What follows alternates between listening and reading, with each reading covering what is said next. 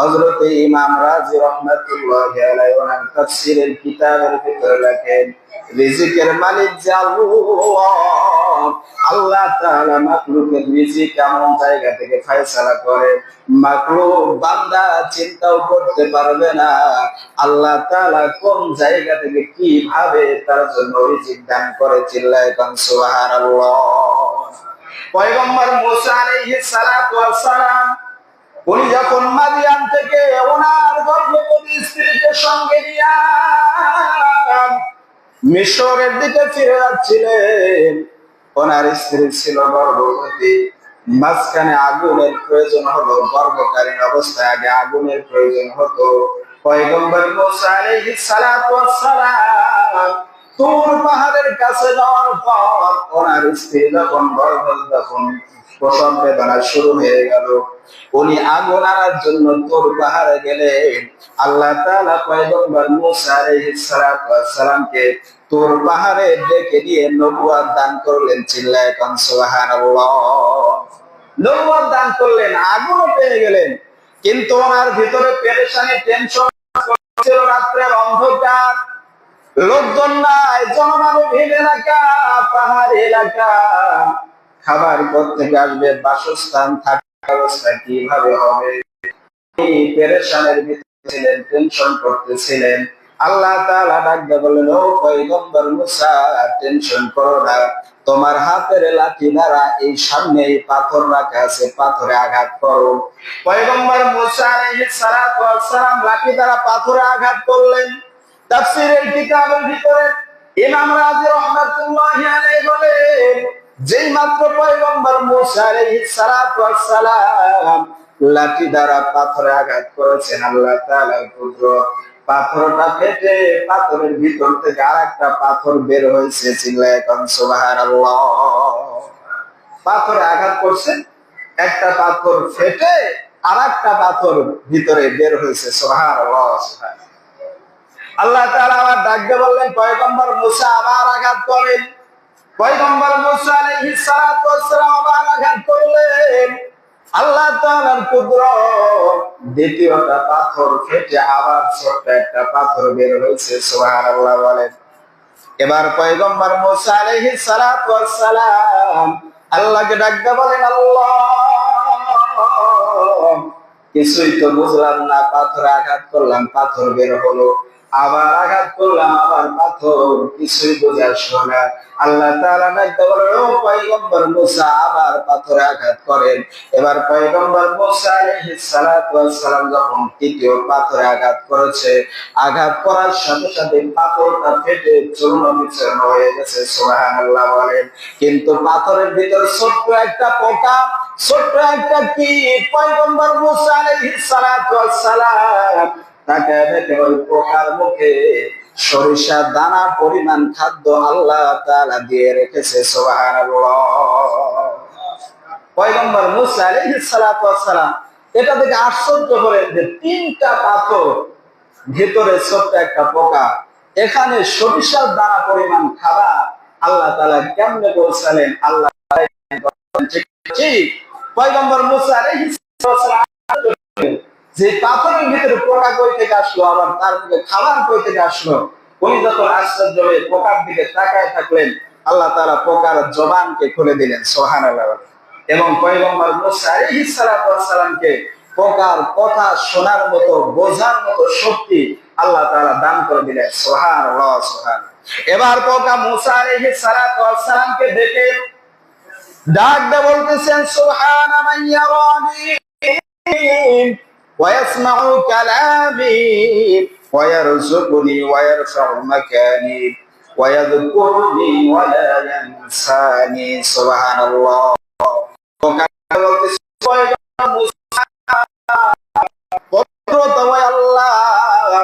যিনি আমাকে রিজিক দান করেন, সুবহানাল্লাহ বলেন, যিনি আমাকে দেখেন, সুবহানাল্লাহ বলেন, যিনি আমার কথা শোনেন, যিনি আমার থাকা সম্পর্কে অবগত, যিনি আমার কথা স্মরণ করেন, যিনি আমাকে বলেন না, আপনারা চিল্লায়ে বলেন তো তিনি কে? তিনি হলেন আল্লাহ। সুবহানাল্লাহ। সম্মানিত হাজির, পয়গম্বর মুসা আলাইহিস সালাতু ওয়াস সালাম এবার অন্তর থেকে প্রশান্তি লাভ করলেন, না আমার টেনশনের কোনো কারণ নাই, রিজিকের ফয়সালা আল্লাহ তাআলা গায়েব থেকে করে দিবেন। সুবহানাল্লাহ সুবহানাল্লাহ।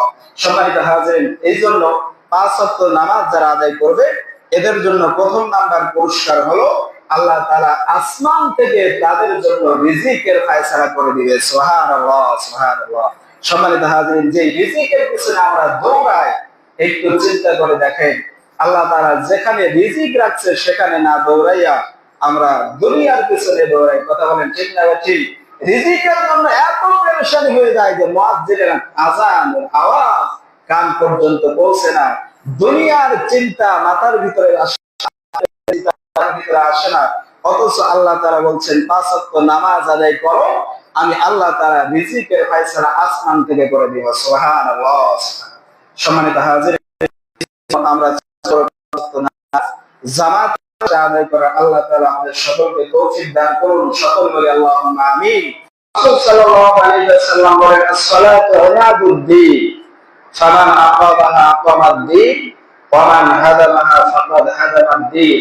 আল্লাহর পয়গম্বর বলে নামাজ হলো ধর্মের খুঁটি, যে ব্যক্তি নামাজকে ঠিক রাখলো সে যেন তার ধর্মকে ঠিক রাখলো, আর যে ব্যক্তি নামাজকে নষ্ট করে দিল সে ব্যক্তি তার ধর্মকে নষ্ট করে দিল। নাউজুবিল্লাহ মিন যালিক।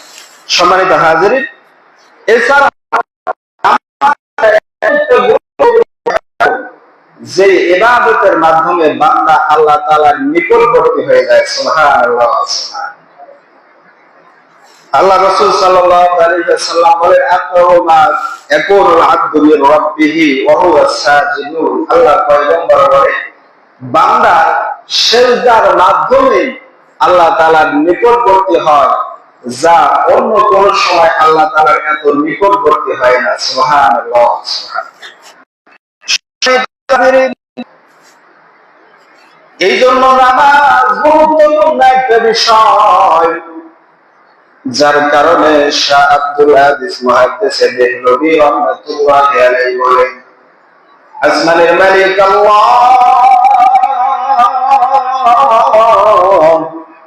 আসমানের মালিক আল্লাহ তাআলার কাছে নামাজ এত পছন্দনীয়, এত পছন্দনীয় একটা আমল।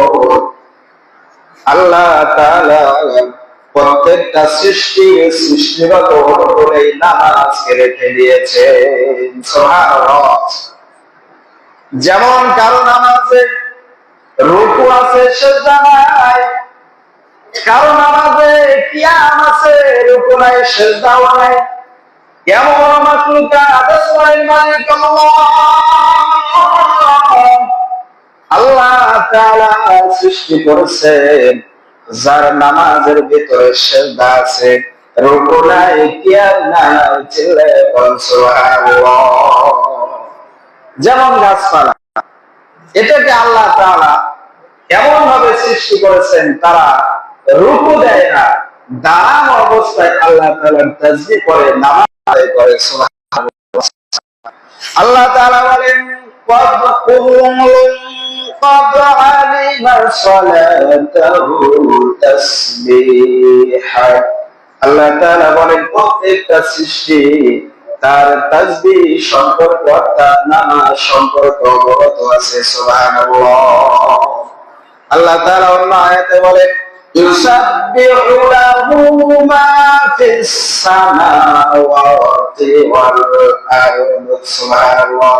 আল্লাহ তাআলা বলেন বান্দারে আসমান এবং জমিনের ভিতরে যত সৃষ্টিজীব আছে, যত মাখলুকাত আছে, আমি আল্লাহ তাআলার তাসবিহ পড়ে। সুবহানাল্লাহ সুবহানাল্লাহ।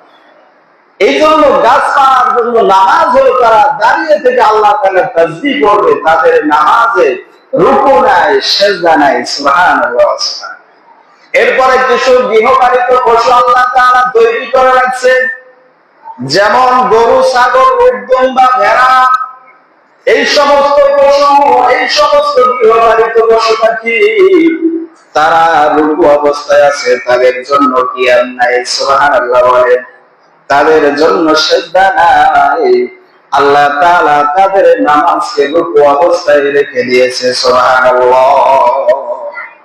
এরপরে কিছু মাখলুকাত আল্লাহ তাআলা তৈরি করেছে যারা সিজদারত অবস্থায় আছে, তাদের নামাজের ভিতরে কিয়াম নাই, অর্থাৎ দাঁড়ানো নাই, রুকু নাই, শুধু সিজদা অবস্থায় আল্লাহর তাসবিহ পড়বে। সুবহানাল্লাহ বলেন। যেমন সাত বিচ্ছু এগুলোর জন্য কিয়াম নাই, সর্বত আসমানের মালিক আল্লাহ তাআলার তাসবিহ পড়ে। সুবহানাল্লাহ সুবহান। কিন্তু এদের কারো নামাজ পরিপূর্ণ নামাজ না। সুবহানাল্লাহ। নামাজটা পরিপূর্ণ তখনই হবে যে নামাজের ভিতরে কিয়াম থাকবে, দাঁড়ানো থাকবে, রুকু থাকবে, সিজদা থাকবে, অর্থাৎ বসা থাকবে। চিল্লায়ে কোন সুবহানাল্লাহ সুবহানাল্লাহ। একমাত্র পরিপূর্ণ নামাজ আল্লাহ তাআলা মানুষের উপরে দিয়েছেন। সুবহানাল্লাহ সুবহানাল্লাহ। এই জন্য আল্লাহ তাআলা রাসূল বলেন, আকরাবু মা ইয়াকুনুল আবদু মির রাব্বিহি ওয়া হুয়া সাজিদুন। আল্লাহর পয়গম্বর বলেন, বান্দা নামাজরত অবস্থায় আল্লাহ এত বেশি নিকটবর্তী হয়, এত বেশি নিকটবর্তী হয়, অন্য কোন ইবাদতের সময় বান্দা আল্লাহর এত বেশি নিকটবর্তী হয় না। সুবহানাল্লাহ। সম্মানিত হাজিরিন, এমনি ভাবে সমস্ত নবী রাসূল যারা দুনিয়াতে আসছেন, সমস্ত নবী রাসূলের উপরে আল্লাহ তাআলা নামাজকে ফরজ করে দিয়েছিলেন। সুবহানাল্লাহ সুবহান। সম্মানিত হাজিরিন, যেমন ইসমাঈল আলাইহিস সালাতু ওয়াস সালামের ব্যাপারে আল্লাহ তাআলা কোরআনুল কারীমের ভিতরে বলেন, ওয়া কানা ইয়া'মুরু আহলাহু বিস-সালাতি ওয়াজ-যাকাতি ওয়া কানা রাব্বিহি মারদিয়া। সুবহানাল্লাহ বলেন। আল্লাহ তাআলা পয়গম্বর ইসমাঈল আলাইহিস সালামের ব্যাপারে তিনি তার পরিবার পরিজনকে নামাজ এবং যাকাত আদায় করার নির্দেশ দিয়েছেন। ওয়া কানা ইনদা রাব্বিহি মারদিয়া, এবং তিনি আল্লাহ তাআলার নিকট অত্যন্ত পছন্দনীয় ছিলেন। সুবহানাল্লাহ। ইসমাঈল আলাইহিস সালাতু ওয়াস সালাম ওনার পরিবার পরিজনকে নামাজের আদেশ দিয়েছেন, যাকাত আদায় করার আদেশ দিয়েছেন। উনি আল্লাহ তাআলার নিকটে সবচেয়ে বেশি পছন্দনীয় একজন নবী ছিলেন। সুবহানাল্লাহ। সম্মানিত হাজিরিন, সূরা তাহার ভিতরে আল্লাহ তাআলা পয়গম্বর মূসা আলাইহিস সালাতু ওয়াস সালামকে ডাক দিয়ে বলেন, ইন্নানি আনাল্লাহ লা ইলাহা ইল্লাল্লাহ আনা ফা'বুদনি ওয়া আকিমিস সালাতা লিযিকরি। আল্লাহ তাআলা পয়গম্বর মূসা আলাইহিস সালাতু ওয়াস সালামকে ডাক দিয়ে বলেন, ও পয়গম্বর মূসা, ইন্নানি আনাল্লাহ, নিশ্চয় আমি আল্লাহ, লা ইলাহা ইল্লাল্লাহ, আমি ছাড়া কোনো মাবুদ নাই। চিল্লায়ে কোন সুবহানাল্লাহ। ওয়া আকিমিস সালাতা লিযিকরি, তুমি জিকির করো এবং নামাজ আদায় করো। চিল্লায়ে কোন সুবহানাল্লাহ। সম্মানিত হাজিরিন, এমনি ভাবে পয়গম্বর রব্বি আ'ল্লিমনি মিনাস-সালাতি ওয়া মিন যুররিয়্যাতি রাব্বানা ওয়া তাকাব্বাল দুআ। আল্লাহু আকবার বলেন। পয়গম্বর ইব্রাহিম আলাইহিস সালাতু ওয়াস সালাম দোয়া করলেন, আল্লাহ আমাকে নামাজ আদায়কারী হিসেবে কবুল করো এবং আমার বংশের ভিতরে যারা আসবে তাদেরকেও নামাজ আদায়কারী হিসেবে কবুল করো এবং আপনি আমার দোয়াকে কবুল মঞ্জুর করে নেন। চিল্লায়ে কোন সুবহানাল্লাহ। এমনি ভাবে আল্লাহ তাআলা আমাদের পয়গম্বরকে বলেন, ওয়া'মুর আহলাকা বিস-সালাতি ওয়াসবির আলাইহা লা নাসআলুকা রিজকা নাহনু নারযুক ওয়াল আকিবাতু লিত-তাকওয়া। সুবহানাল্লাহ বলেন। আল্লাহ তাআলা বলেন, আপনি আপনি আপনার পরিবার পরিজনকে নামাজের আদেশ করুন। আপনি আপনার পরিবার পরিজনকে নামাজের আদেশ করুন এবং আপনি নিজে নামাজের উপর বিচল থাকুন। আমি আল্লাহ তাআলা আপনার কাছে রিজিক চাই না, বরং আমি আল্লাহ তাআলা আপনাকে রিজিক দিয়ে থাকি। ওয়াল আকিবাতু লিত্তাকওয়া, এবং তাকওয়া অবলম্বনকারীদের জন্য সুফল। সুবহানাল্লাহ, সুবহানাল্লাহ। সম্মানিত হাজিরিন, এই সমস্ত আয়াত দ্বারা বোঝা গেল যত নবী রাসূল আল্লাহ তাআলা দুনিয়াতে প্রেরণ করেছেন, বেশিরভাগ নবী রাসূলের উপরে আল্লাহ তাআলা নামাজকে ফরজ করে দিয়েছিলেন। সুবহানাল্লাহ, সুবহানাল্লাহ। সম্মানিত হাজিরিন, আল্লাহ পয়গম্বর হাদিস শরীফের ভিতরে বলেন, আউয়ালু মা ইউহাসাবু বিহিল আবদু ইয়াউমাল কিয়ামাতিস সালাত। মায়ার নবী বলেন, কিয়ামতের ময়দানে সর্বপ্রথম বান্দার যে হিসাব হবে সেই হিসাবটা হবে নামাজের হিসাব। নামাজের হিসাব যার ঠিক হয়ে যাবে, বাদ বাকি সবগুলো আমল আল্লাহ তাআলা ঠিক করে দিয়ে বান্দাকে জান্নাতের ফয়সালা করে দিবেন। সুবহানাল্লাহ, সুবহানাল্লাহ। সম্মানিত হাজিরিন, এই জন্য আল্লাহ তাআলার পয়গম্বর বলেন, যারা নামাজ আদায় করবে আল্লাহ তাআলা তাদেরকে 5টা পুরস্কারে পুরস্কৃত করবেন। সুবহানাল্লাহ বলেন। জোরে বলেন, কয়টা পুরস্কার? 5টা পুরস্কার। আল্লাহ রাসূল বলেন, মান হাফাযা আলাস সালাওয়াতি আকরামাহুল্লাহু তাআলা বিখামসি খিসালিন ইয়ারফাউ আনহু বিল আইশি। 1 নাম্বার পুরস্কার হলো আল্লাহ তাআলা তার জিন্দেগীর সংকীর্ণতাকে দূর করে দিয়া রিজিকের ফয়সালা আল্লাহ তাআলা আসমান থেকে করে দিবেন। সুবহানাল্লাহ, সুবহানাল্লাহ। 1 নাম্বার ফয়সালা পুরস্কার হলো রিজিকের সংকীর্ণতাকে আল্লাহ তাআলা দূর করে দিবেন। আপনারা বলেন তো, রিজিকের মালিক কে? আরো জোরে বলেন, রিজিকের মালিক কে? রিজিকের মালিক আমার আল্লাহ। আল্লাহ তাআলা বলেন, ওয়া মাইয়াত্তাকিল্লাহা ওয়া ইয়াজআল লাহু মাখরাজা ওয়া ইয়ারযুকহু মিন হাইসু লা ইয়াহতাসিব। সুবহানাল্লাহ বলেন। আল্লাহ তাআলা বলেন, বান্দারে আমি আল্লাহকে ভয় করো, আমি আল্লাহকে ভয় করো, নামাজ আদায় করো, আমি আল্লাহ তাআলা তোমার জন্য এমন জায়গা থেকে রিজিকের ফয়সালা করে দেব তুমি কল্পনাও করতে পারবে না। এই জায়গা থেকে আল্লাহ তাআলা তোমাকে রিজিক দিতে পারে। চিল্লায়ে বলেন সুবহানাল্লাহ। বরতাওয়াক্কুল বিকুলি বরতাওয়াক্কুল বিকুলি হারসুশান মিরাসানাত রিসমেতু আজলা।